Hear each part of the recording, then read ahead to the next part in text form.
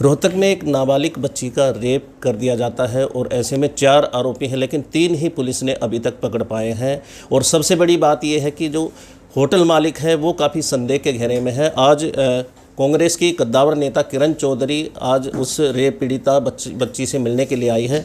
Ma'am, आप बच्ची से मिले हैं, फिलहाल क्या स्थिति है बच्ची? क्योंकि कल डॉक्टरों से बात की गई तो उनका कहना है कि बच्ची अभी भी डरी हुई है। देखिए, ये ऐसा मामला है जो इससे ज़्यादा जघन्य अपराध मैं समझती हूँ नहीं होता।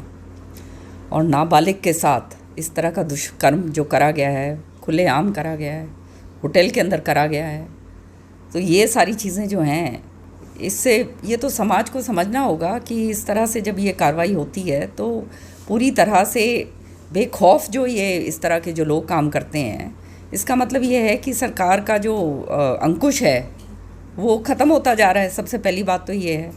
दूसरी बात ये है कि जो कार्रवाई अभी मेरी बात हुई है एसपी साहब से, उन्होंने बताया कि 3 लोगों को अरेस्ट कर लिया गया है, जिसके अंदर वो मालिक भी है, होटल मालिक भी है, एक आदमी रह गया और उसको भी वो पूरी तरह से कोशिश कर रहे हैं, वो आज जो है उसको अरेस्ट कर लेंगे।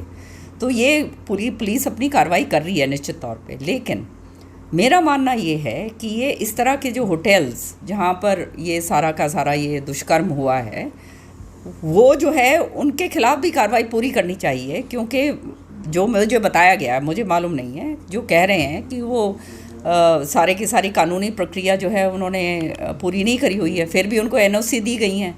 और फिर ऐसे होटल्स के अंदर जब इस तरह के जब ये वारदातों को अंजाम दिया जाता है, तो इसका मतलब ये है कि ये पूरी तरह से जो है नाजायज़ तरीके से सारे काम हो रहे हैं। तो मेरा मानना ये है कि उनके खिलाफ भी कड़ी से कड़ी कार्रवाई होनी चाहिए। जिन लोगों ने इस गैंग रेप को अंजाम दिया है, इसके अलावा एक 14 साल की बच्ची स्कूल ड्रेस में और होटल में जाती है और उसे आसानी से रूम मिल जाता है। अब परिजन मांग कर रहे हैं कि उस होटल पर बुलडोज़र चलाया जाए। जिस तरह से बीजेपी कहती आई है कि जो भी आरोपी है या अपराधी है उस पर सख्त कार्रवाई की जाएगी, तो आप क्या कहेंगे? देखो, रेप एक ऐसा मामला है, छोटी बच्ची के साथ हुआ है और गैंग रेप वो भी, तो ये तो सारी उसकी तो एक तो होता है ना, मर्डर हो जाता है कि आदमी मर लेता है, ये तो सारी ज़िंदगी भर जो है उसका मरण ही हो गया उस लड़की का। और उसके साथ जो ये आप जानते हो कि समाज के अंदर भी कलंक की कितनी बड़ी बात होती है। चाहे ये बात है कि उसकी कोई गलती नहीं है, फिर भी जो ये बात लग जाती है तो वो लड़की की तो ज़िंदगी जो है वो बिल्कुल ही नरक बन ही चुकी, इसमें तो कोई शक की बात नहीं है। तो ये जो चीज़ें जब होती हैं तो ये देखो, समाज का भी जो है ताना बाना पूरी तरह से बिगड़ता जा रहा है। और सरकार का भी जो कानून व्यवस्था जो है, जब सरकार का अंकुश कम हो जाता है तो कानून व्यवस्था जो है वो चरमरा जाती है।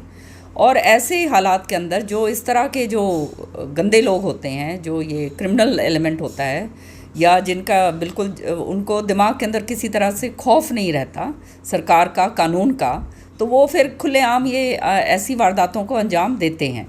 तो ये चीज़ तो सरकार के ऊपर निर्धारित होता है कि इस तरह से आदमियों को तो हो तो इनका तो वो हाल करना चाहिए कि एग्जाम्पल बना के कि सारे बाकी जो हैं वो डर के मारे बैठ जाएं कि ऐसा काम करा तो ये हाल होगा। तो ये चीज़ तो सरकार का काम है करना। फांसी की मांग करते हैं क्योंकि परिजन कह रहे हैं। मैं तो ये कहती हूँ कि इस तरह के अपराध जो होते हैं और नाबालिग के साथ जो हो रहे हैं, ये तो कानून लेकर आना चाहिए और इनको कहते फांसी कड़ी से कड़ी, मैं कहती हूँ जिसके अंदर फांसी शामिल है, वो सजा ऐसे लोगों को मिलनी चाहिए। 2 दिन तक सिविल हॉस्पिटल में बच्ची भर्ती रही। अब परिजनों का कहना है कि प्रॉपर जो इलाज मिलना चाहिए वो नहीं मिल पाया। जो सुरक्षा की बात थी वो पुलिसकर्मी भी वहाँ से नदारद थे। तो आप क्या कहेंगे? क्योंकि सरकार दावे कर रही है कि बेटी बचाओ बेटी पढ़ाओ का नारा उन्होंने संपूर्ण किया। ये नारे ही नारे देते हैं, सच्चाई की बात तो ये है, नारों के अलावा और कुछ रहा नहीं है।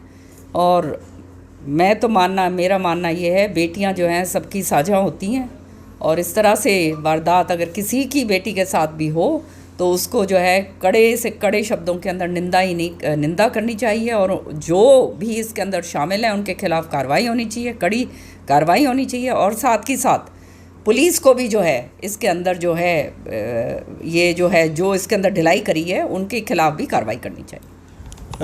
परिजन ये भी आरोप लगा रहे हैं कि जो गाड़ी का इस्तेमाल किया गया है वो एक बड़े नेता की है और उसे बचाने की कोशिश की जा रही है। अब ये तो मैं कह नहीं सकती, ये तो पुलिस की तहकीकात से ही पता चलेगा क्या है और क्या नहीं है। कानून जो है अपना काम करेगा ज़रूर, निश्चित तौर पे मुझे पूरा विश्वास है। और जिसका भी इसके अंदर हाथ है या जो भी है उसको जो है उसके खिलाफ कार्रवाई होनी चाहिए, हमारी तो मांग ये है। अनिल विज से बात करेंगे और आपने ये भी कहा कि विधानसभा में भी इस चर्चा को उठाएंगे। ज़रूर मैं विज साहब से बात करूंगी। विज साहब ऐसे मंत्री हैं जो कार्रवाई करते हैं और पहले भी हमने उनसे जब बात करी है उन्होंने ऐसे उनके ऊपर कार्रवाई करी है। तो मुझे पूरा विश्वास है कि इसके ऊपर भी कार्रवाई होगी। विधानसभा और विधानसभा के अंदर तो कानून व्यवस्था के ऊपर मैंने तो कॉलिंग में टेंशन मोशन दे रखा है। उस कॉलिंग के टेंशन मोशन के अंदर बोलेंगे आज के दिन क्या हालात क्या हो रहे हैं। दुकानदार जो है वो सुरक्षित नहीं है, वो रात के टाइम अपने घर जाता है तो उसे ये नहीं मालूम उसको कौन उसके गोली मारेगा। घरों के अंदर घुस के जो हैं वारदातें हो रही हैं, मारा जा रहा है। रेप की वारदातें जो हैं इतने आम होने लगी हैं जो कभी ये समाज के अंदर हमने तो सुना नहीं था। और ख़ास तौर से अपने गांव के इलाकों के अंदर इस तरह से जो खुलेआम ये हो रहा है, जो है चेन स्नैचिंग हो रही है, तो कानून व्यवस्था तो पूरी तरह से ठप हो चुकी है। ये सबसे बड़ा दुर्भाग्य की बात है।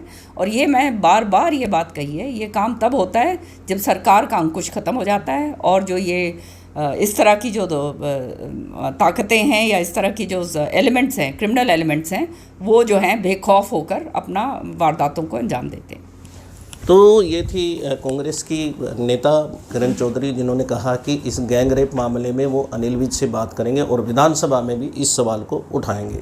इंडिया न्यूज़ के लिए रोहतक से दिनेश कौशिक।